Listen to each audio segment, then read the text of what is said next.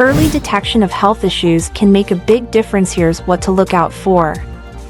Watch for changes in your pet's appetite, such as sudden weight loss or gain. Excessive thirst or frequent urination can be signs of underlying health problems.